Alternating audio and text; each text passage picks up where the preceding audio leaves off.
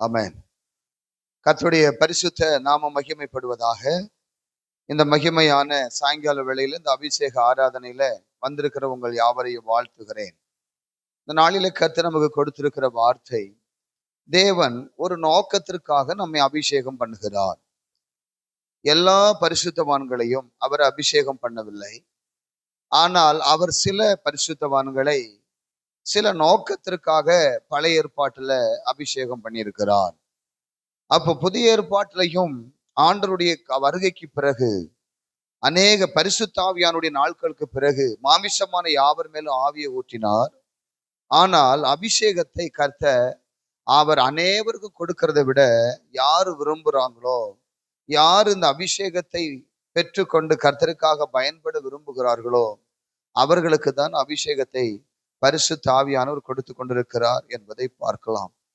ஆனா நோக்கம் எல்லாம் ஆரம்பத்திலையும் சரி, புதிய ஏற்பாட்டிலையும் சரி, ஆமென், தேவன் ஒரு நோக்கத்திற்காக ஒரு மனிதனை அபிஷேகம் பண்ணுகிறார் என்று நம்ம திருச்சபையில நிறைய வசனங்களின் மூலம் நம்ம அறிந்திருக்கிறோம். ஆனா இந்த நாட்களிலும் கூட கர்த்தர், ஆமென், ஒரு தேவ மனுஷனை அபிஷேகம் பண்ணுவதற்கு அவர் என்ன நோக்கத்திற்காக அவர் அபிஷேகம் பண்ணினார் என்பதை நம்ம பார்க்கலாம். ஆமென். 1 ராஜாக்களின் புஸ்தகம் 19ஆம் அதிகாரம் அதனுடைய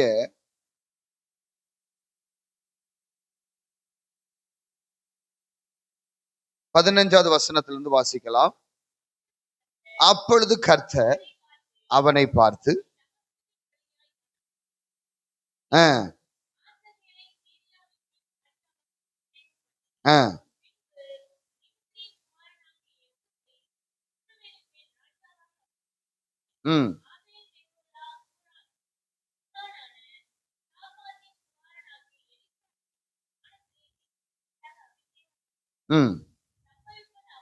சம்பவிப்பது ஆவது, ஆசகேலின் பட்டயத்திற்கு தப்பினவனை யெகூ கொன்று போடுவான், யெகூவின் பட்டயத்திற்கு தப்பினவனை எலிசா கொன்று போடுவான் என்று சொல்லி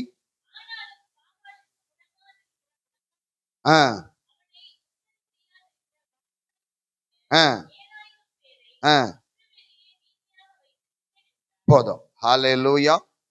தேவனுடைய பிள்ளைகளே, எலியாவுடைய நாட்களில ஆமென், கர்த்தருடைய ஊழியத்தை மிகவும் பக்தி வைராக்கியமாய் செய்த ஒரு தேவ மனுஷன், ஒரு பெரிய தீர்க்கதரிசி என்று சொல்லலாம் பழைய ஏற்பாட்டுல.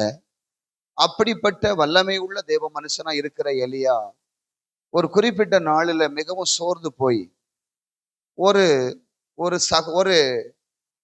ஆகாபினுடைய நாட்களில ஏசபேல் என்கிற அந்த ஸ்திரீயின் நிமித்தமாக அவளுடைய கொடூரமான திட்டங்கள், கர்த்தருடைய தீர்க்கதரிசிகளை கண்டுபிடித்து கொலை செய்ய வேண்டும் என்கிற திட்டம், ஒவ்வொருத்தரையா அவள் அப்படி கொன்று குவித்து கொண்டிருக்கும் பொழுது மீதம் இருக்கக்கூடிய ஒரே மனுஷன் நான் எலியா மட்டும்தான் என்று சொல்லி அவன் நினைத்து கொண்டு அவன் அவளுக்கு பயந்து ஓடக்கூடிய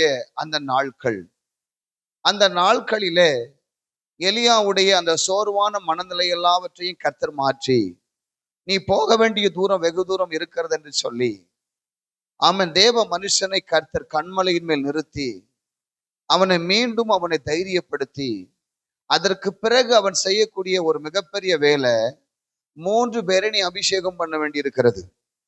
அந்த 3 பேரையும் நீ அபிஷேகம் பண்ண நீ புறப்படு என்று சொல்லி முதல் நபரை ஆமென் கர்த்தர் என்ன சொல்லுங்க, நிம்சியின் குமாரனாகி, அதுக்கு மேல ஆசகேல் என்கிற ஆமென் மனுஷனை சீரியாவின் மேல் ராஜாவாக நீ அபிஷேகம் பண்ணு என்றும், பின்பு நிம்சியின் குமாரனாகிய யெகூவை இஸ்ரவேல் மேல் ராஜாவாக அபிஷேகம் பண்ணு என்றும், அது மட்டுமல்ல சாப்பாத்தின் குமாரனாகிய எலிசாவை உன் ஸ்தானத்திலே தீர்க்கதரிசியாக அபிஷேகம் பண்ணு என்று ஒரு 3 விதமான முக்கிய பொறுப்புகளை தீர்க்கதரிசி எலியாவினிடத்துல கர்த்தர் என்ன செய்தார், ஒப்பு கொடுத்தார்.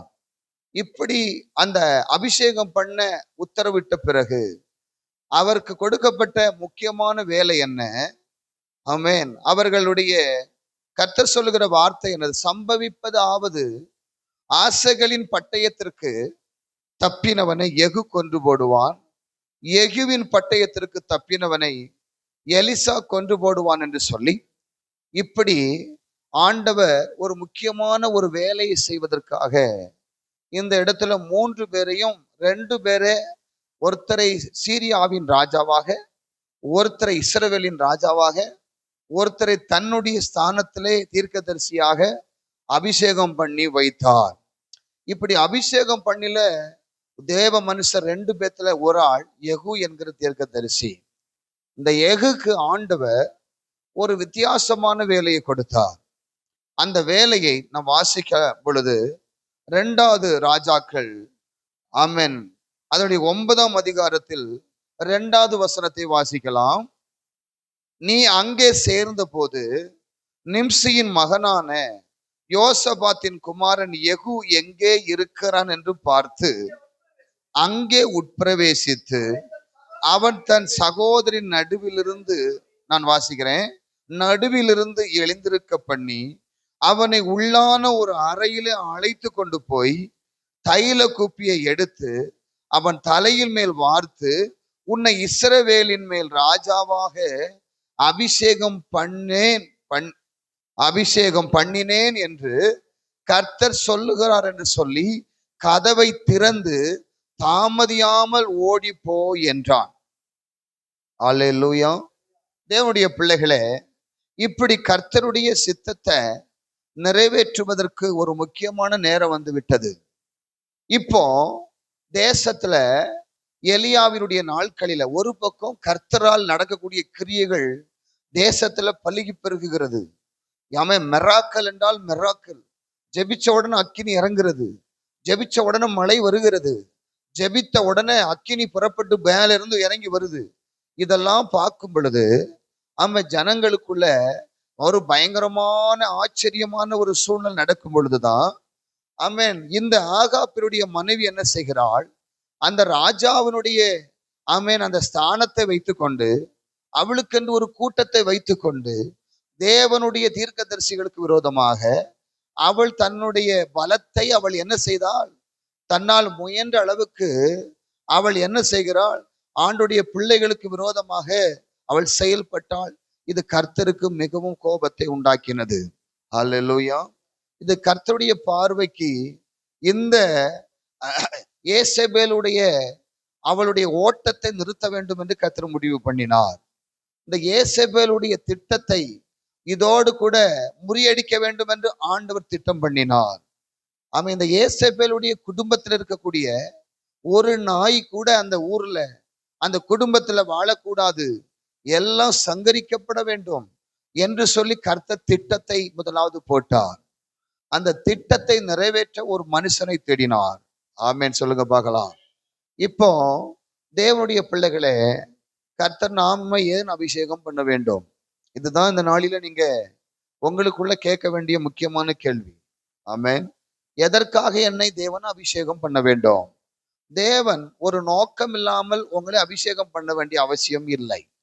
இப்ப பழைய ஏற்பாட்டு காலத்துல தேவனுடைய நோக்கத்தை நிறைவேற்ற தேவன் என்ன செய்தார், தேடி பிடிச்சு அபிஷேகம் பண்ணி ஒரு மனுஷனை அபிஷேகம் பண்ணி தேசத்துல வைத்தார். ஆனா இப்பொழுதோ தேவனுடைய திட்டத்தை யார் நிறைவேற்றுறாங்களோ அவங்களே தேடி வந்து ஏசப்பா என்ன செய்யறாரு, அபிஷேகம் பண்ணுகிறார். ஹல்லேலூயா. ரெண்டுக்கும் வித்தியாசம் இருக்குது. பழைய ஏற்பாட்டுல தேவனுக்குள்ள இருக்கிற இந்த பக்தி வைராக்கியத்தை, தன் தேசத்துல என் ஜனங்கள் அழியக்கூடாது, என் மக்களை யாரும் அடிமைப்படுத்தக்கூடாது, என் ஜனங்களை யாரும் கொலை செய்யக்கூடாது, என்னை ஆராதிக்கிற என் தீர்க்கதரிசிகளை, என் சபையை யாரும் என்ன செய்யக்கூடாது, துன்பப்படுத்தக்கூடாது என்று சொல்லி அந்த காரியத்துக்கு விரோதமாய் எழும்புறவங்களை முடித்து கட்ட, சங்கரிக்க தேவன் ஒரு நபரை தேடுகிறார். அதற்கு ஒரு மனிதன் அபிஷேகம் பண்ணுகிறார். அன்றைக்கு இஸ்ரவேல் ஜனங்களுக்கு விரோதமாக, இஸ்ரவேலின் தேவனுக்கு விரோதமாக, ஆமென், நம்முடைய சவுலுடைய ராஜாவுக்கு விரோதமாக ஒரு மனுஷன் எழும்பினான். அவன் யாரு? கோலியாத்.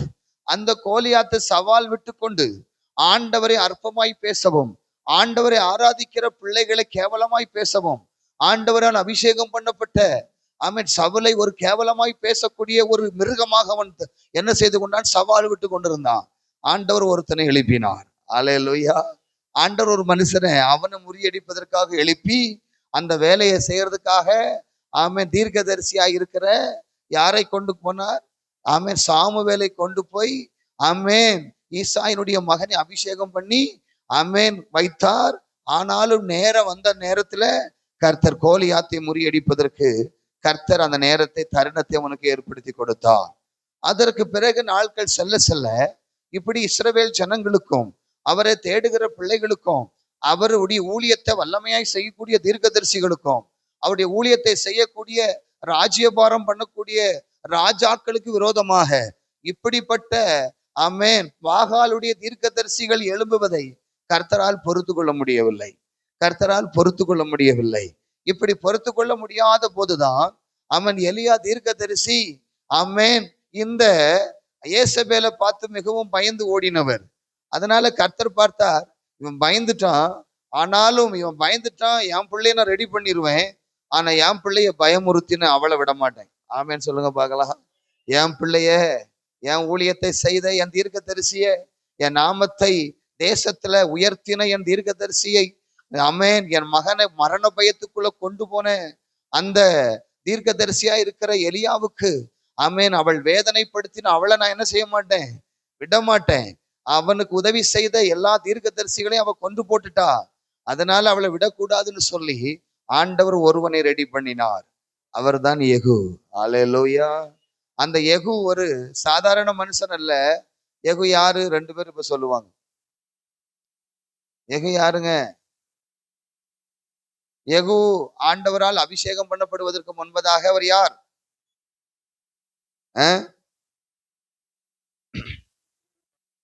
இஸ்ரவேலின் ராஜாவா? புதுசா இருக்குது கதை. பழைய குருடி கதவை தேடி மாதிரி எப்படிதான் பழைய வாழ்க்கைக்கு போதுக்கு போறீங்களே தெரியல.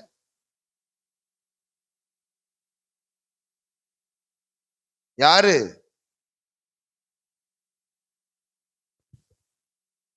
அல்லேலூயா.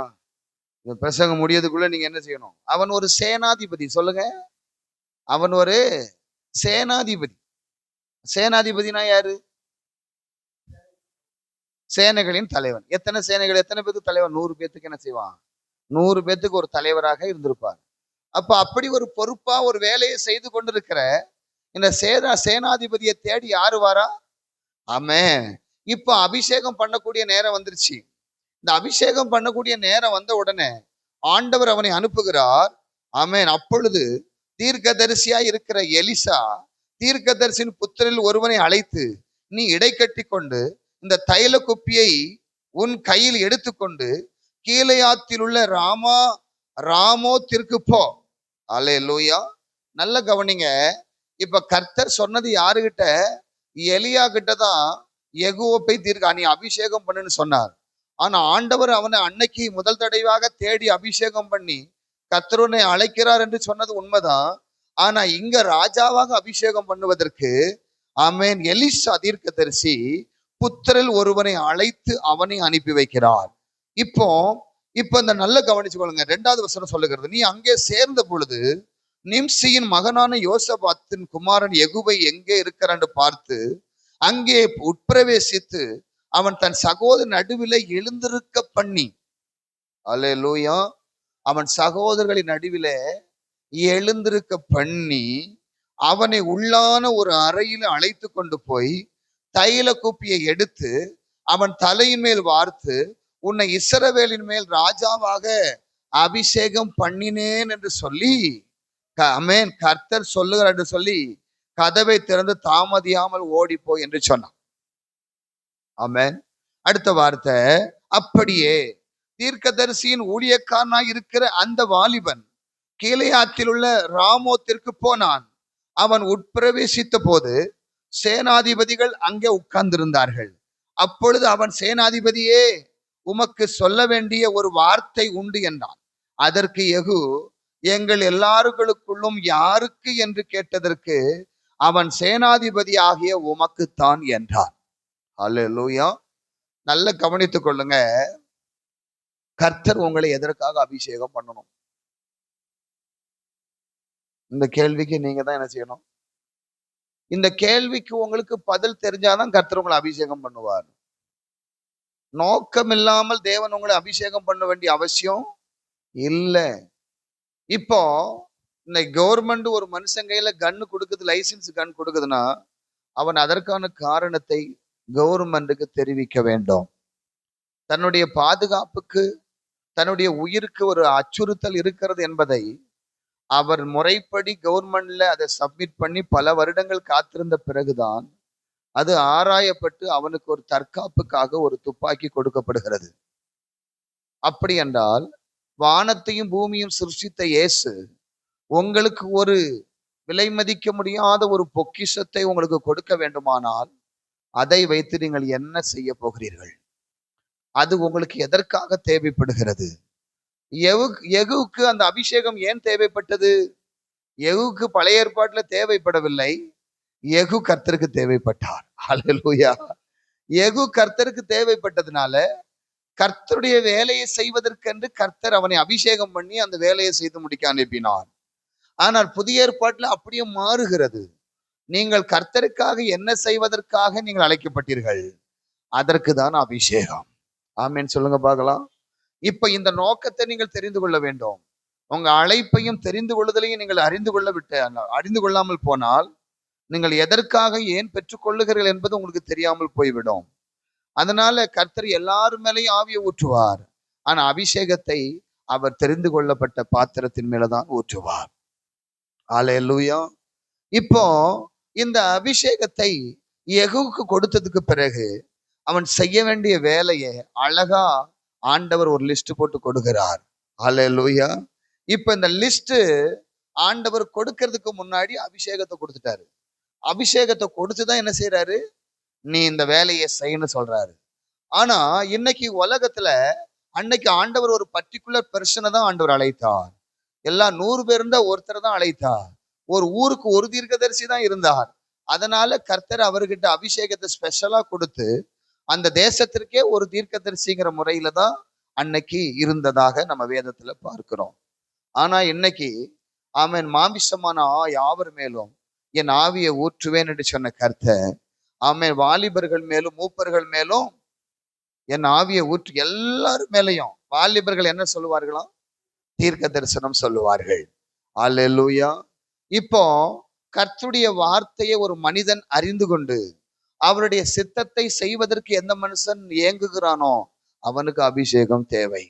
தேவனுடைய சித்தத்தை நிறைவேற்ற, அவருடைய பாரத்தை நிறைவேற்ற எந்த மனுஷனுக்குள்ள இருதயத்துல அந்த ஆவிக்குரிய பக்தி வைராக்கியம் எழும்புகிறதோ அந்த மனுஷன் சுய பலத்தால அதை செய்ய முடியாது. இவனுக்குள்ள இருக்கிற பலத்தினால திறமையினால அது செய்ய முடியாது. அதனாலதான் கர்த்தர் அந்த மனிதனை ஒரு அபிஷேகத்தினால ஒரு வரத்தை கொடுத்து தேவ ராஜ்யத்தினுடைய வேலையை செய்வதற்கு அவனை அபிஷேகம் பண்ணி ஏற்படுத்துகிறார். இப்போ இந்த காரியங்களை நம்ம தெளிவாக பார்த்த பிறகு இது உங்களுக்கு புரியும் என்று நான் விசுவாசிக்கிறேன். அடுத்த வசனத்தை வாசிக்கும் பொழுது 5:6 இல்ல 9ஆம் அதிகாரம் 6வது வசனம். அவன் எழுந்து அறை வீட்டுக்குள் பிரவேசித்தான். அவன் அந்த தைலத்தை அவன் தலையின் மேல் வார்த்து அவனை நோக்கி, இஸ்ரவேலின் தேவனாகிய கர்த்தர் சொல்லுகிறது என்னவென்றால் உன்னை கர்த்தருடைய ஜனமாகிய இஸ்ரவேலின் மேல் ராஜாவாக அபிஷேகம் பண்ணினேன் என்று சொன்ன வார்த்தையை சொல்லி அபிஷேகம் பண்ணுகிறார்.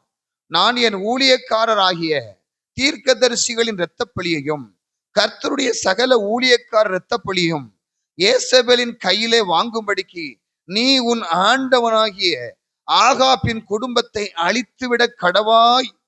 ஆகாபின் குடும்பம் எல்லாம் அழியும்படிக்கு நான் ஆகாப்புக்கு சுவரில் நீர் விடும் ஒரு நாய் முதலாய் இராதபடிக்கு இஸ்ரவேலிலே அவர்களுடையவர்களில் அடைப்பட்டவனையும் விடுபட்டவனையும் கருவறுத்து ஆகாபின் குடும்பத்தை நேபாத்தின் குமாரனாகிய யெரொபெயாமையும் குடும்பத்துக்கும் அகியாவின் குமாரனாகிய பாசாவின் குடும்பத்துக்கும் சரியாக்குவேன் என்று சொல்லி யெகூவுக்கு ஒரு பயங்கரமான பிரமாண பத்திரம் கொடுத்ததை போல அவனுடைய கைகளில் அபிஷேகத்துக்கு பிறகு அவன் செய்ய வேண்டிய கடமையை கர்த்தர் என்ன செய்கிறார்?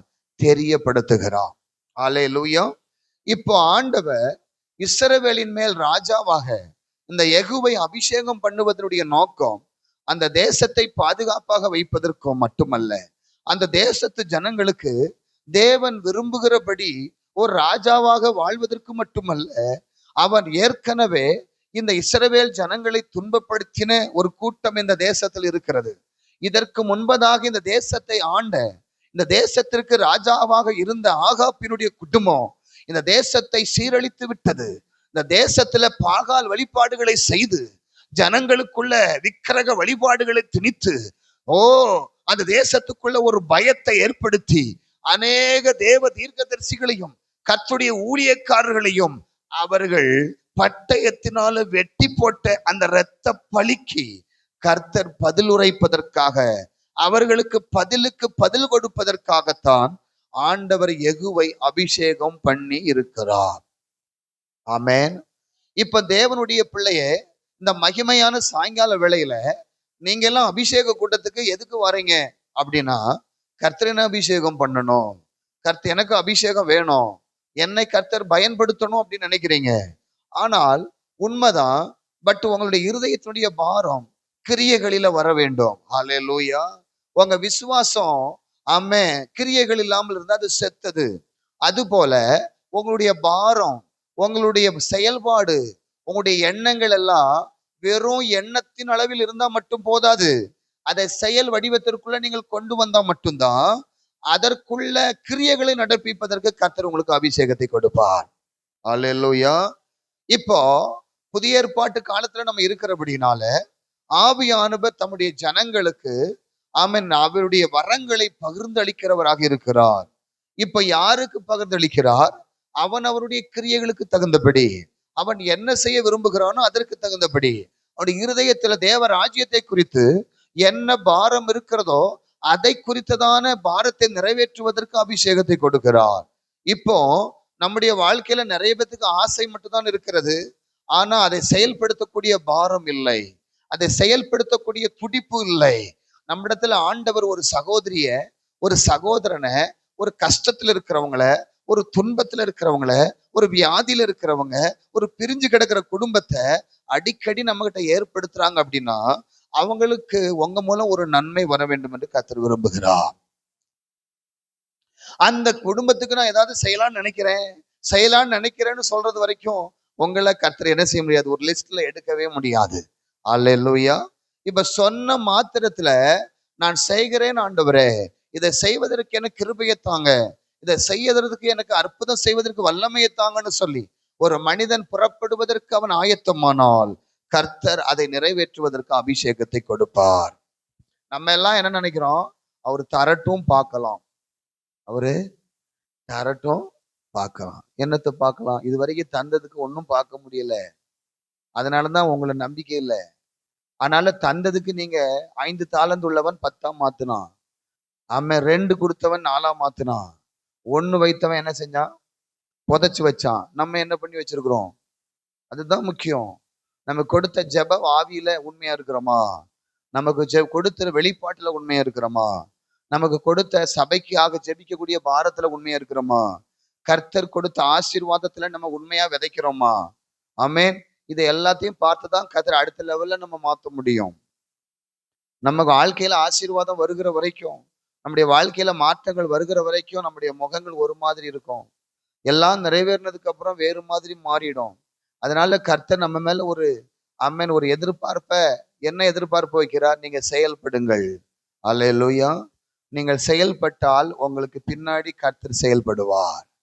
உங்க வாயை நீங்க திறந்தீங்கன்னா உங்க வாயிலிருந்து அற்புதத்தை கர்த்தர் செய்து முடிப்பார். உங்க கரத்தை நீங்க நீட்டினீங்கன்னா உங்க கரம் கர்த்தருடைய கரத்தோடு இணைஞ்ச அற்புதத்தை செய்யும். நீங்க நினைக்கிறீங்க எப்ப செய்யும்? அல்லேலூயா. ஆபத்து காலத்துலதான் நல்லவங்க கெட்டவங்க என்பது நமக்கு கண்டுபிடிக்க முடியும். ஆபத்து வரும்போதுதான் நமக்கு உதவி செய்யறவங்களோ நம்மளை விட்டு போறவங்க யாருங்கிறது தெரியும். அதே மாதிரிதான் ஆண்டவர் பரீட்சை வைக்கும் பொழுதுதான் நீங்க ஆண்டவருக்காக நிற்பீங்களா, ஆண்டவருக்காக இந்த காரியத்தை செய்வீங்களான்னு தெரியும். உங்களுக்கு ஆண்டவர் ஒரு ஆத்துமாவை அனுப்பினா நீங்க ஜெபம் பண்றீங்களா இல்லையான்னு பார்த்துட்டு தான் ஆண்டவர் அடுத்து உங்களை உயர்த்துவார். அல்லேலூயா. நம்ம கூட்டத்தோட எல்லாரும் ஆமென் கோரஸ் பண்றதுக்கு நம்ம எல்லாரும் கெட்டிக்காரங்க தான். ஆனா தனியா நின்று ஆடுறவன் தான் அபிஷேகம் பண்ணப்பட்டவன். அல்லேலூயா. தனியா நின்று ஓடுறவன் தான் அபிஷேகம் பண்ணப்பட்டவங்கள். ஆண்டவர் சொன்ன உடனே ஓடணும். ஆண்டவர் சொன்ன உடனே திறப்புல நிக்கணும். ராத்திரி எழுப்புனாலும் நிக்கணும். காலையில வர சொன்னாலும் நிக்கணும். அவங்க தான் தைரியம் உள்ளவங்க. அவங்க தான் அபிஷேகம் பண்ணப்பட்டவங்க. இப்ப நம்ம சகோதரிமார்களா நீங்க கூடி ஜெபிக்கிறீங்க, அது நல்ல சந்தோஷம். இதுவே தனியாவும் நிக்கணும். ஹல்லேலூயா. என்ன செய்யணும்? தனியா நிப்பேன்னு சொல்றவங்க எல்லாம் அதே சுறுசுறுப்போட கையை தூக்க பார்க்கலாம். பார்க்கலாம் இந்த வாரத்துல இருந்து எப்படி தூக்குறீங்கன்னு. ஹல்லேலூயா. இப்போ ஒரு ஆத்மாவும் ஆர்த்தரை அணைப்பார். அவங்க மேல உங்களுக்கு ஆண்டவர் கொடுத்த முதல் ஊழியம். உங்களுக்கு ஒருத்தர் இணைச்சா அதான் உங்க முதல் ஊழியம். அதுதான் உங்களுக்கு டெஸ்ட். அந்த டெஸ்ட் வைக்கிற ஆத்மா மோசமா தான் இருக்கும். குறை உள்ளதா தான் இருக்கும். நொண்டியா தான் இருக்கும். உங்க சொல்லு பேச்சு கேட்காதான் இருக்கும். ஆனாலும் அதை நீங்க நடத்தி தான் ஆகணும். ஹல்லேலூயா. அத எகுக்கு வேலையே பெரிய ராஜாவோடு மோதுற வேலை. Former king. அதுக்கு முன்னாடி ராஜா, முன்னாள் ராஜா குடும்பத்தோடு தான் முதல் யுத்தம். பாருங்க அப்ப எந்த அளவுக்கு அவன் ஆண்டவர் ஷார்ப்பா நம்பி இருப்பாரு. சாதாரண வேலையும் இல்லை. ஏசபேலோடு இவர் அபிஷேகம் பண்ணுவதற்கு திட்டம் போட்ட எலியாவே பயந்த ஏசபேலுக்கு விரோதமாக எழும்பக்கூடிய வேலையை யாருக்கு கொடுத்த ஆண்டவர்? யெகூக்கு வேலையை டேஞ்சர். அந்த டேஞ்சர் வேலையை கூட அவன் ஈஸியா நினைக்கிறதுக்கு காரணம் அவன் ஒரு சேனாதிபதி. அவனுக்குள்ள ஒரு தைரியம் இருந்துச்சு. அந்த தைரியம் தோடு கூட தேவனுடைய அபிஷேகம் வந்த உடனே இவன் டபுள் அபிஷேகமா மாறிடுச்சு. அதுதான் அதனுடைய யதார்த்தம். அப்ப நீங்க ஆண்டவருக்குள்ள அபிஷேகம் பண்ணுவதற்கு முன்னாடியும் நீங்க எப்படி இருக்கணும்? உங்களுடைய பாரம் எப்படி இருக்கணும்? ஆமென். தைரியமும் இருக்கணும். அப்பதான் உங்களை ஆண்டவர் நம்புவார். எப்படி ஆண்டவரை நான் இதை செய்யறது நீங்க தலையை சொரிஞ்சீங்கன்னா உங்க வாழ்க்கை பூரா நீங்க தலையை சொரிஞ்சுக்கிட்டே இருக்க வேண்டியதான். நல்ல ஒரு காத்து உங்களை அப்படி கீழே தள்ளுது. அதே மாதிரி நினைச்சுக்காங்க பிசாசை. காத்து தள்ளிட்டு போயிடும். நம்ம இப்படி தடுமாறுவோம். அடுத்து நம்ம என்ன செஞ்சிருவோம்? ஸ்டாண்ட் பண்ணிடுவோம். இதுதான் பிசாசால முடியும். உங்களை வாழ்க்கையை இதுதான் சேதப்படுத்த முடியும். ஒரு புயல் வந்துச்சுன்னா ஒரு கொடை பிடிச்சிட்டு போனீங்கன்னா எப்படி ஒரு பக்கமா சாஞ்சிட்டு போவீங்க. இந்த தாராபுரத்துல ரோட்ல நீங்க பைக்கில் போனீங்கன்னா அந்த காத்துக்கு அப்படியே வண்டி தள்ளிட்டு போவோம் ரோட்ல. எத்தனை பேர்? நான் நிறைய தடவை காத்து போயிட்டே இருக்கும், வண்டி ஒரு பக்கம் போவோம். அப்புறம் அதுக்காக அந்த பக்கம் ரோட்ல போகாம இருக்கிறோமா? அது தள்ளிட்டு போயிடும். நம்ம அடுத்து மறுபடியும் என்ன செஞ்சிருவோம்? ரோட்டுக்கு வந்துருவோம். இவ்வளவுதாங்க பிசாசனுடைய கிரியை. அப்படி நீங்க நினைச்சீங்கன்னா அவனுக்கு நீங்க பயப்பட மாட்டீங்க. இப்படிதான் இந்த சேனாதிபதி யெகூ ஒரு நூறு பேருக்கு ஒரு சேனாதிபதியா இருந்திருப்பாரு. அந்த 100 பேருக்கு தலைவனாக இருந்தவன் ஆல்ரெடி பல யுத்தங்களை பார்த்தவன், பல சண்டையில தேறினவன், பல பிரச்சனைகளை பார்த்திருக்கிறவன். அவனுக்குள்ள ஏற்கனவே தைரியம் இருந்தது. அதனால கர்த்தர் அவனை நம்பினார். அதை நம்பி அந்த அபிஷேகத்தை, அந்த பொறுப்பை கர்த்தர் கொடுத்தார். அதனால அவனுக்கு அந்த ஏசபேலுடைய பேரை கேட்டதுக்கு அவன் என்ன செய்யல? பயப்படவே இல்லை. ஆனா மோசே கிட்ட இந்த இஸ்ரவேல் ஜனங்களை வழிநடத்த போப்பான்னு சொல்லும்போது ஆள் என்ன செஞ்சிட்டாரு? பின்வாங்கிட்டாரு. ஆனா யெகூ என்ன அங்க ஒரு பெரிய சேனை, ஒரு பெரிய கூட்டம். ஆமென். ஆனா இங்க பாத்தீங்க அப்படின்னா அதுக்கு அவர் பயந்தாரு. ஆனா கர்த்தர் உன் கூட இருக்கிறேன்னு சொன்னாரு. ஆமென். என்ன சொன்னாலும் அவரை திருப்திப்படுத்தி அனுப்புறதுக்குள்ள ஆண்டவர் போதும் போதும்னு ஆயிட்டு. ஆனா இங்க யெகூவ இஸ்ரவேலின் மேல் ராஜாவாக அபிஷேகம் பண்ணது மட்டுமல்ல, அவருக்கு ஆண்டவர் ஒரு பயங்கரமான ராஜா சேர்ல போய் உட்கார்றதுக்கு முன்னாடி என்ன பண்ணிட்டாரு? நீ முதல்ல இவனை காலி பண்ணு. இந்த குடும்பத்தை காலி பண்ணதுக்கு அப்புறம் நீ இப்ப என்ன செய்யாங்க? உட்காரு. ஹல்லேலூயா. உங்களுக்கு கொடுக்கப்பட்ட சமாதானமான உங்க வீட்டுக்குள்ள உங்க குடும்பமா சமாதானமா இருக்கணும்னா உங்களை எதிர்த்தவனை முதல்ல காலி பண்ணிக்கிட்டு வாங்க. அதுக்கப்புறம் தான் உங்க சேர்ல நீங்க உட்கார முடியும். ஹல்லேலூயா. உங்களை ஆண்டவருக்குள்ள எழுப்ப விடாம உங்க குடும்பத்தை சீரழிக்கிறவனை நீங்க மேற்கொள்ளாம அதை மேற்கொள்றதுக்கு தான் ஆண்டவர் அபிஷேகம் கொண்டிருக்கிறார். ஏசபேல் தேவனுடைய பிள்ளைகளை கருவறுத்தான். ஏசபேல் அந்த குடும்பங்களை சீரழித்தான். மரண பயத்தை ஊழியர்களுக்கு ஏற்படுத்தினான். அந்த குடும்பத்தை நீ முதல்ல காலி பண்ணு. அதுக்கப்புறம் நான் உன்னை அபிஷேகம் பண்ண இடத்துல உன்னை என்ன செய்வேன்? கொண்டு போய் உட்கார வைப்பேன். அதே மாதிரிதான் தாவீதுக்கும் அதே வேலை தான் கொடுத்தாரு ஆண்டவர். முதல்ல இந்த கோலியாத்தை என்ன செய்யும்? முதல்ல ஆமென். அதுக்கப்புறம் எத்தனை வருஷத்துக்கு அப்புறம் சேரு கிடைச்சது அவருக்கு? அபிஷேகம் பண்ணி எத்தனாவது வருஷத்துக்கு பிறகு இஸ்ரவேலுக்கு ராஜாவாக மாறினார்? தாவீது. ஆமா தாவீது. 14 வருஷம் ஆமென் எத்தனை பேர் காத்திருந்தார். ஆமென். அதுக்கு முன்னாடி நிறைய விஷயத்த ஆண்டவருக்காக செய்ய வேண்டி இருந்துச்சு. அதுக்கப்புறம் தான் அவருக்கு வந்து போய் உட்கார வேண்டிய சிங்காசனத்துல உட்கார முடிஞ்சுது. நம்ம இன்னைக்கு எழும்பின உடனே ஃபயர்னு சொன்ன உடனே எல்லாரும் என்ன செய்யணும்? பொத்து பொத்துன்னு விழணும். யாரு மேல கை வைத்தாலும் அப்படியே அழுகின சரீரம் அப்படி நல்லாகணும். ஆண்டவரே, ஆண்டவரே, ஆமா ஆண்டவர், உண்மைதான், எல்லாம் உண்மைதான். முதல்ல உன்னை எதிர்த்தவனை நீ முதல்ல காலி பண்ணு. உன் குடும்பத்துக்குள்ள நுழையிறவனை முதல்ல வெட்டி வீழ்த்து. உன்னை ஒடிக்கினவனை முதல்ல பயமுறுத்தி உட்கார வை. உன் குடும்பத்தை நாசம் பண்ணினவனை வெறுமை என்ன செய்? காலி பண்ணு. ஆமென். இன்னொரு உதாரணத்தை சொல்றேன் பாருங்க. ஆமென். மொத்த ஜனங்களும் ஆமென் இஸ்ரவேல் ஜனங்கள் போய் எங்க சிறைப்பட்டு போன மீதியானவர்களுடைய கைகளில் சிறைப்பட்டு போயிட்டாங்க. இவர்கள் அவர்களை விட பலத்தவர்களா இருந்தாலும் அவர்கள்கிட்ட இவங்க என்ன செஞ்சுட்டாங்க? கூனி பொறுகி போக வேண்டிய ஒரு சூழ்நிலை. ஆனா ஒரு மனுஷனை முறியடிப்பது போல நீ ஆமென் இந்த மீதியானியர்களை முறியடிப்பாய், நான் அவர்களை உன் கையில ஒப்பு கொடுப்பேன்னு சொன்னார். ஆனா முதல்ல அந்த ஜெயத்தை அவன் பெற்றுக்கொள்ளணும்னா வீட்டுல இருக்கக்கூடிய விக்கிரகத்தை அவன் வெட்ட வேண்டிய சூழ்நிலையை கர்த்தர் அனுமதித்தார். அல்லேலூயா. இப்ப நான் ஒருவேளை மீதியானியர்களை நான் ஜெயித்தாலும் என் பேர் வேணா இந்த பூமியில பெருசாகும். ஆனாலும் என்னை அடிமைத்தனத்துக்குள்ள கொண்டு போன அந்த விக்கிரகம் மறுபடியும் நான் என்னை கொண்டு போயிருமே. ஆமே. இதுதான் முக்கியமான காரியம். நான் ஒருவேளை இந்த விக்கிரகத்தை அழிக்காம என் வீட்டுக்குள்ள இருக்கக்கூடிய அந்த சத்துருவை வீழ்த்தாம கர்த்தர் சொன்ன வேலையை நான் நேரடியாய் செய்ய போய் மீதியானியர்களை முறியடிப்பதற்கு நான் பாளையம் இறங்கியிருந்தா கண்டிப்பா கர்த்தர் வெற்றியை கொடுத்திருப்பாரு. அவர் சொன்ன வாக்கை நிறுத்தியிருப்பாரு. ஆனா நான் இந்த 7 வருட காலம் அடிமை ஆவறதுக்கு காரணமே இந்த விக்கிரகம் தான். ஹல்லேலூயா. நல்லா கவனிச்சுக்கொள்ளும். இந்த சிறை இருப்புக்குள்ள நான் வர்றதுக்கும் என் குடும்பம் வருவதற்கும் இங்க இருக்கிற சகல பேரும் வருவதற்கு காரணமே இந்த வீட்டுக்குள்ள இருந்த விக்கிரகம் தான். இந்த விக்கிரகத்தை நான் வீழ்த்தாம எவ்வளவு பெரிய ஜெயம் வந்தாலும் மீண்டும் அந்த தோல்விக்குள்ள நான் போயிருவேன்னு சொல்லி அவன் இரவோடு இரவாக போய் அவன் ஒரு கூட்டத்தை சேர்த்து கொண்டு விக்கிரகங்களை வெட்டி வீழ்த்தினான். அல்லேலூயா. அப்போ கர்த்தர் உங்களை அபிஷேகம் பண்ணுவது எதற்கு? எது? முதல்ல ஆண்டவரே நீர் எனக்கு அபிஷேகம் பண்ணினார், நான் தேசத்துல புறப்பட்டு அற்புதங்களை செய்வேன். அதற்கு முன்னாடி நீங்க திரும்ப வீட்டுக்கு வந்து படுத்து தூங்கணும். ஆமென் சொல்லுங்க. அற்புதம் நடக்கும். வீட்டுக்கு வந்து நிம்மதியா படுத்து தூங்கணும்னா இங்க நீங்க வீட்டுக்குள்ள இருக்கக்கூடிய கோலியாத்தை வீழ்த்த வேண்டும். உன் வீட்டுக்குள்ள இருக்கிற அடிமத்தனத்தின் ஆவியை நீ முறியடிக்க வேண்டும். உன் வீட்டுக்குள்ள இருக்கவனை சங்காரம் பண்ண நினைக்கிற அந்த ஆவியை முறியடிக்க வேண்டும். அதை தான் கர்த்தர் முதலாவது எகுக்கு சொன்னார். உனக்கு ஒரு சிங்காசனம் நான் வைத்திருப்பது உண்மைதான், இஸ்ரவேலுக்கு ஒன்னு ராஜாவாக நான் அபிஷேகம் பண்ணினது உண்மைதான். ஆனா அதுக்கு முன்னாடி என் இருதயத்துல ஒரு பாரம் இருக்கிறது. என் தீர்க்கதரிசிகளை கொண்டவள் சுகித்திருக்கிறாள். என் தீர்க்கதரிசிகளை பயமுறுத்தினவள் ஒய்யாரமாய் உட்கார்ந்து அழகுபடுத்தி கொண்டிருக்கிறாள். அவளை இந்த தேசத்துல நீ கருவரு, அதற்கு பிறகு உன் ஸ்தானத்துல போய் உட்காரு என்று சொல்லி ஆண்டவர் ஒரு பேக்கேஜ கொடுத்து ஒரு அபிஷேகத்தை கொடுத்து புறப்பட்டு போ. ஒரு நாய் கூட அவளுடைய குடும்பத்திலிருந்து இந்த ஊருக்குள்ள வரவே கூடாது என்று சொல்லி கர்த்தர் ஒரு வித்தியாசமான நோக்கத்திற்காக யெகோவை அபிஷேகம் பண்ணினது போல தேவ பிள்ளையே, நீ இந்த நாளில கூனி குறி இருக்க வேண்டிய அவசியம் இல்லை. கர்த்தர் உன்னை நோக்கத்துக்காக அபிஷேகம் பண்ணியிருக்கிறார். ஆனா நீ இன்னும் தெரிந்து கொள்ளாமல் இருக்கிறாய். கர்த்தர் சமூகத்துல காத்திரு.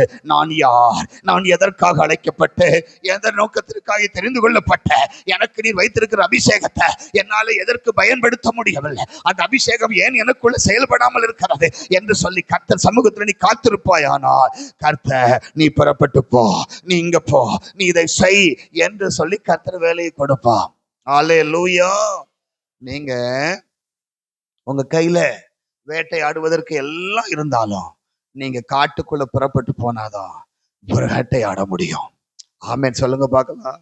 உங்கள்கிட்ட துப்பாக்கி இருக்கலாம், கத்தி இருக்கலாம், எல்லா எக்யூப்மெண்ட்டும் இருந்தாலும் உங்களுக்கு ஒரு முயலை வேட்டையாடணும்னு சொன்னாலும் நீ இருக்கிற இடத்துக்கு அது வராது. அது இருக்கிறதுக்கு நீ தேடி போடு. நீ உண்மையான அபிஷேகம் பண்ணப்பட்ட பிள்ளையா இருந்தா கிதியோனை போல அது எல்லைக்குள்ள போ. உன் குடும்பத்தின் எல்லைக்குள்ள போ. உன் குடும்பத்தின் எல்லையில எங்க அவன் அமர்ந்திருந்து உன் குடும்பத்தை ஆளுகை செய்கிறானோ அவனை சங்காரம் பண்ணு, அவனுடைய கருவை அறுத்து போடு. உன் பிள்ளைய உன்னை இன்னைக்கு முறியடித்தவன் உன் பிள்ளையும் அடிமையாக்குவான். உன்னை சிறையாக்கினவன் உன் பிள்ளைய சிறையாக்குவான். உன்னை இருளுக்குள் கொண்டு போனவன் உன் பிள்ளையையும் கொண்டு போவான். உன்னை ரகசிய பாவத்துக்குள்ள கொண்டு போய் தள்ளினவன் உன் பிள்ளையும் கொண்டு போய் விடுவான். உன்னை அழுக வைத்து அழகு பார்த்த அதே பிசாசு உன் பிள்ளைகளையும் கண்ணீர் வடிக்க வைத்து உன்னை வேதனைப்படுத்த துடிக்கிறான். அதனால தேவ பிள்ளையே, இந்த சாயங்கால வேளையில இந்த அபிஷேக கூட்டத்துல உன் நோக்கத்தை தெரிந்து கொள். கர்த்தர் உன்னை அழைத்த நோக்கத்தை தெரிந்து கொள். கர்த்தர் எதற்காக உன்னை அழைத்தார் என்கிற அந்த நோக்கத்தை நீ புரிந்து கொள்ளாத வரைக்கும் உன்னுடைய அபிஷேகம் உனக்குள்ள செயல்பட முடியாது. இந்த ஆயுதத்தை நீ எங்க பயன்படுத்துவாய், யாரிடத்துல பயன்படுத்துவாய், எந்த இடத்துல பயன்படுத்துவாய் என்று தெரியாமல் அபிஷேகத்தை பெற்றுக்கொண்டு பிரயோஜனம் இல்லை. கர்த்தர் ஒரு நோக்கத்திற்காக உன்னை தெரிந்து கொண்டிருக்கிறார். அந்த நோக்கத்தை காத்திருந்து நீ கற்றுக்கொள். கர்த்தர் நிச்சயமா உன்னை கொண்டு பெரிய காரியங்களை செய்வார். ஆமென். இப்போ ஆகாப்பினுடைய குடும்பம் அழியும்படிக்கு, நான் ஆகாப்புக்கு சுவரில் நீரிடும் ஒரு நாய் முதலாய் இராதபடிக்கு இஸ்ரவேலிலே அவனுடையவர்கள் அடைப்பட்டவனை விடுபட்டவனை நீ கருவறுக்க வேண்டும் என்று சொல்லி, ஆமென், ஒரு ஆவியை கூட நம்ம என்ன செய்யக்கூடாது, நம்ம குடும்பத்துல விடக்கூடாது. தரித்திர ஆவியா இருந்தாலும் அவனை சங்காரம் பண்ணணும். விபச்சார சிந்தையை கொண்டு வருகிற ஆவியா இருந்தாலும் உங்களுக்குள்ள அப்படிப்பட்ட சிந்தை வருதா, உங்களுக்குள்ளே கருவறுத்துரு. இல்லைன்னா அது உன் குடும்பம் உன் பிள்ளைகளுக்குள்ள அது பாஞ்சிரும். உன்னை கெடுத்து அந்த பிசாசும் பிள்ளைகளை கெடுத்துரும். அதனால நீ எந்த பாவத்துக்குள்ள இருக்கிறியோ அந்த பிசாசு எந்த ரூபத்துல வரானோ அவருடைய அபிஷேகத்தை கொண்டு அந்த பிசாசனை ஜெயிக்க வேண்டும் என்பதற்கு தான் கர்த்தர் இந்த அபிஷேகத்தை நமக்கு கொடுக்கிறார். முதலாவது, தேசத்துக்குள்ள இருக்கிற சத்துருவை ஜெயிப்பதற்கு முன்பதாக, உங்களை சுத்தி இருக்கிற ஜனங்களை விடுவிப்பதற்கு முன்பாக உங்க குடும்பத்துக்குள்ள உங்களை கெடுத்தவனை நீங்கள் ஜெயிக்க வேண்டும் என்பதற்கு தான் கர்த்தர் உங்களை அபிஷேகம் பண்ணுகிறார். சரீரமாய் இருக்கிற உங்க ஆலயத்தை தீட்டுப்படுத்த வருகிறவனை கண்டுபிடித்து அழிப்பதற்கு தான் கர்த்தர் உங்களை அபிஷேகம் பண்ணுகிறார். உங்க ஆலயத்தை பரிசுத்தமாய் காத்துக் கொள்வதற்கு தான் உங்களை அபிஷேகம் பண்ணுகிறார். உங்களை என்னைக்குமே ஆண்டவருக்குள்ள அனலாய் வைத்துக் கொள்வதற்கு தான் அபிஷேகம் பண்ணுகிறார். பரலோகத்துடைய மகிமையை தெரிந்து கொள்வதற்கு தான் உங்களை அபிஷேகம் பண்ணுகிறார். கர்த்தருடைய திட்டத்தை அப்பப்ப தெரிந்து அதன் வழியாக செயல்படுவதற்கு தான் கர்த்தர் உங்களை அபிஷேகம் பண்ணுகிறார். நிறைய பேரு நம்ம குடும்பத்தை குறித்தோ, நம்ம பிள்ளைகளை குறித்தோ, நம்மை குறித்தோ நம்ம எதையுமே யோசிக்கிறது இல்லை. இங்க இந்த டிபார்ட்மெண்ட்டை சரி பண்ணாம நீங்க யாருக்கு ஜெபம் பண்ணினாலும் அவங்க நல்லா இருவாங்க, அந்த பிசாசு உங்க வீட்டுக்குள்ள வந்து உட்கார்ந்துக்கிடும். அல்லேலூயா. அதுதான் கிதியோன் சரியா முதல்ல வேலையை செஞ்சுட்டாரு. மீதியானி ஆவிய போயிடுச்சுன்னா திரும்ப வீட்டுக்குள்ள வந்துருன்னு இவங்க எல்லாரும் ஒன்னாயிடுவாங்க. இந்த ஆவி அந்த ஆவி என்ன செஞ்சிடும், ஒன்னாயிடும். இதனால கர்த்தருடைய பிள்ளைகளே, எந்த பாவத்துல நம்ம சாவலையோ அந்த பாவத்துக்கு உட்பட்ட மனுஷனை விடுதலை செய்தால் அந்த பாவி பிசாசு நமக்குள்ள வந்து விடுவான். எந்த பாவத்துல நம்ம சாகலையோ, எந்த பாவத்தை செய்ய வைக்கிற பிசாசை நம்ம ஜெயிக்கலையோ, அதை ஜெயிக்காம விபச்சாரத்திலேயே வேசித்தனத்திலே பாதிக்கப்பட்ட ஜனங்களை நீங்க விடுவிக்க ஓடினீர்களானால் அவர்கள் நல்லாயிருவாங்க. அந்த பாவ சிந்தனையின் வழியாக அந்த ஆவி உங்களுக்குள் புகுந்து விடும். அதற்கு தான் கர்த்தர் முதலாவது உன்னை நீ ஆயத்தப்படுத்து, உன்னை நீ பரிசுத்தப்படுத்து, உன்னை நீ அபிஷேகம் பண்ணி கொண்டு காத்துக்கொள். அதற்கு பிறகு உன்னோடு கூடினவர்களை நீ ஆயத்தப்படுத்து. அல்லேலூயா. நிறைய நான் கூட இதுதான் என் குடும்பத்தை குறித்து ஆரம்பத்துக்கு நம்ம கல்யாணம் ஆகிறதுக்கு முன்னாடி ஆண்டவர் என்ன அபிஷேகம் பண்ணார். அண்ணன் சொன்னாலும் கேட்க மாட்டேன், தம்பி சொன்னாலும் கேட்க மாட்டேன். ஒரு பாஸ்டருக்கு ஃபோன் பண்றது, பாஸ்டர் உங்க சர்ச்சில் யாருக்கா பிசாசு சத்தனமா சொல்லுங்கன்னு போறது வாலின்றான். அவரு இந்த வயசான நாளைக்கு டிக்கெட் வாங்கி பரலோகத்துக்கு போறது ரெடியா இருப்பாங்கல்ல, அந்த அம்மாவெல்லாம் கூப்பிட்டு வந்து உட்கார வச்சுக்கிட்டு ஆவடியில நடந்துச்சு. உண்மையில நானும் வா, அது இப்படியே என்ன செஞ்சுட்டு இருக்கோம், வரணும் சொல்ல மாட்டோம், வராதுன்னு சொல்லாது. நான் என்ன செய்ய, நீ வா, அது சொல்ல நீ வா, அதுதான் அர்த்தம். இப்பதான் எனக்கு புரியுது. நீ வேணா என்கிட்ட வா, நான் உன்கிட்ட என்ன செய்ய முடியாது, வர முடியாது. உன்னை விட நான் தான் பவருன்னு அது என்ன செய்யுது, இப்படியேதான் அந்த பாட்டுங்க ஆடுவோம். நான் தலையாட்டினா நானும் சேர்ந்து ஆடுவேன், நானும் சேர்ந்து ஆடுவேன். அது ஆடினு என் ஆட்டம் நிற்காது. இப்படியே ஓடி ஓடி செஞ்சு செஞ்சு பூரா என்ன வந்துருச்சு இங்க. நான் என்ன வச்சுட்டேன், சோர்ந்து போயிட்டேன், நான் பலகீனப்பட்டுட்டேன். என்ன அபிஷேகம் வந்த உடனே கையிலையும் கையிலையும் ஆளை பிடிக்க முடியல, காலையும் பிடிக்க முடியல சொல்லுவாங்கல்ல. அந்த மாதிரி என்ன மாதிரி ஒரு ஆ ஆ அவச ஆர்வ கோளாறு மனுஷன் யாருமே இருந்திருக்க முடியாது. அதனால தான் உங்களெல்லாம் ரொம்ப ஜாக்கிரதையா பார்க்குறேன். செய்யாதீங்க. யாரு தலையும் கை வைக்கிறது. வா ராத்திரி போலாம் வா. போற இடத்துலலாம் அற்புதம் நடக்கும். என்னுடைய கம்பெனியில சேதம் நடந்துகிட்டே இருக்கும். என் இண்டிவிஜுவல் லைஃப்ல சேதம் ஆயிட்டே இருக்கும். ஆனா கர்த்தருடைய நாம மகிமைக்காய் சொல்றேன். இதுவரைக்கும் நான் ஊழியத்துக்கு போய், ஆமென். தேவ சித்தம் இல்லாம ஜெபம் பண்ணி 2 பேரும் செத்துட்டாங்க. அது வேற. ஆனா இதுவரைக்கும் கர்த்தருடைய நாமத்தினால எவ்வளவு மரணக்கட்டுல இருந்தாலும், கர்த்தர் கொண்டு போன இடத்துல எல்லாம் கர்த்தர் சுகத்தை அப்பமும் கொடுத்திருக்கிறாரு, இப்பவும் கொடுத்துக்கிட்டு இருக்கிறாரு. ஆனா இப்போ எனக்கு சேதம் வரல. அப்போ நிறைய சேதம் எனக்கு உண்டாச்சு. அதனாலதான் நீங்க சேதப்படக்கூடாம இருக்கணும்னா, அபிஷேகத்தை முதல்ல உங்களுக்கு பயன்படுத்துங்க. அபிஷேகத்தை உங்களுக்கு பாதுகாப்புக்கு பயன்படுத்துங்க. அபிஷேகத்தை வைத்து உங்களுக்குள்ள கிரியை செய்கிற ஆவிகளை துரத்துங்க. அபிஷேகத்தை வைத்து உங்க குடும்பத்துக்குள் ஆளுகை செய்கிற சத்துருவை துரத்துங்க. அவங்க எல்லாம் ரெடியாக மாட்டாங்கன்னு நீங்களா ஒரு முடிவு பண்ணி வெளியே களத்துல கிளம்பிட்டீங்கன்னா, மொத்தமா கூட்டம் கூடி வீட்டுக்குள்ள வந்து உட்கார்ந்துக்கிடும். நீங்க வீட்டை விட்டு வெளியே போக வேண்டிய சூழ்நிலை வந்துடும். அப்படிதான் செய்யும். ஆமென். அதனால இவங்க 2 பேரும் எப்படின்னு தெரியல. ஆமா, இவர் ஊரெல்லாம் ஊரெல்லாம் ஸ்டாப் பண்ணிடுங்க. ஊரெல்லாம் என்ன செஞ்சுட்டாரு? ஜெபக்குழு நடத்துறேன், அந்த குழு நடத்துறேன்னு போனாரு. மொத்த குழு சேர்ந்து இவர் என்ன